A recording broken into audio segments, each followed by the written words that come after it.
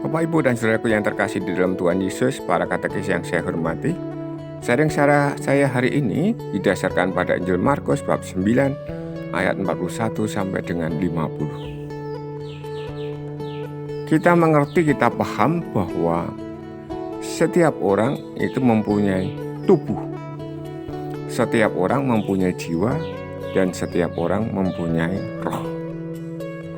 Nah, pada bagian ini kita akan melihat bagaimana Tuhan Yesus mengajar kepada kita.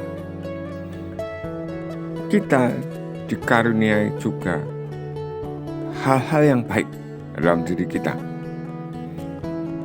Hal-hal yang baik itu akan semestinya dipakai untuk kehidupan kebersamaan kita, untuk diri kita. Tentu saja demikian. Lalu apa yang Tuhan Yesus ajarkan pada kita semua? Kita akan melihatnya dari bacaan hari ini. Nah, kebaikan-kebaikan itu akan muncul, akan tampil ketika kita mampu mengalahkan godaan. Nah, godaan-godaan itu tentu saja memurnikan atau mewujudkan sesuatu menjadi terlihat baik atau tampak baik, tetapi juga benar-benar baik. Tidak hanya terlihat, tidak ada nampaknya, tetapi sungguh-sungguh baik. Oleh karena itu nanti pada bagian akhir dari Injil hari ini akan disebutkan demikian. Sebab setiap orang akan digarami dengan api. Nah, kita akan melanjutkan membacanya secara utuh supaya kita mengerti apa maksud dari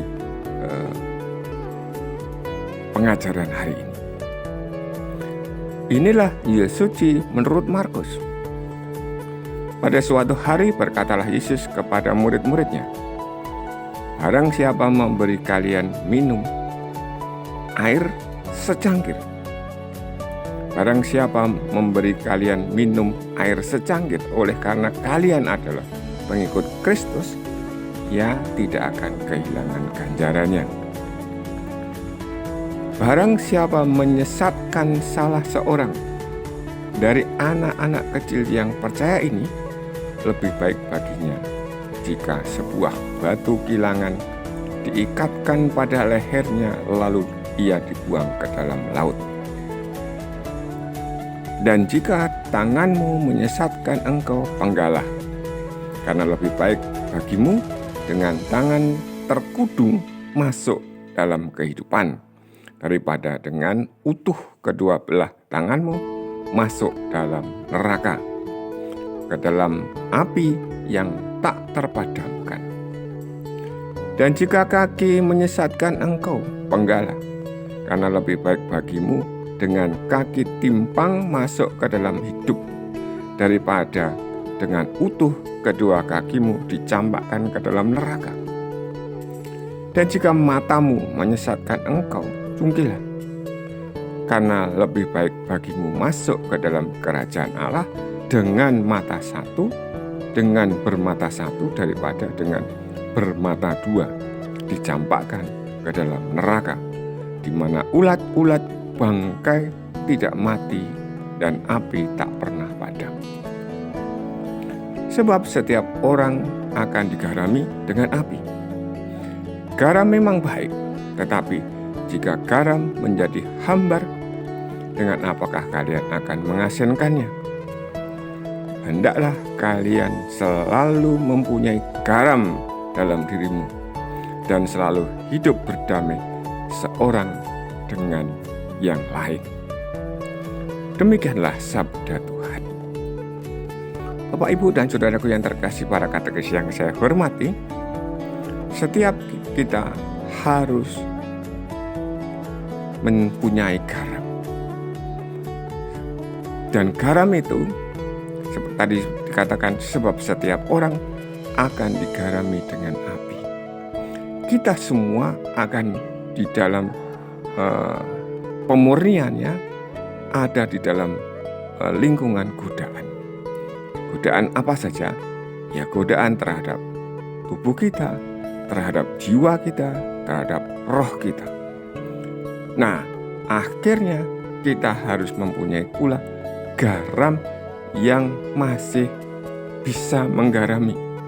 Artinya garam yang masih asin. Hendaklah kalian selalu mempunyai garam dalam dirimu dan selalu hidup berdamai seorang dengan yang lain. Salah satu garam kita adalah Tuhan Yesus.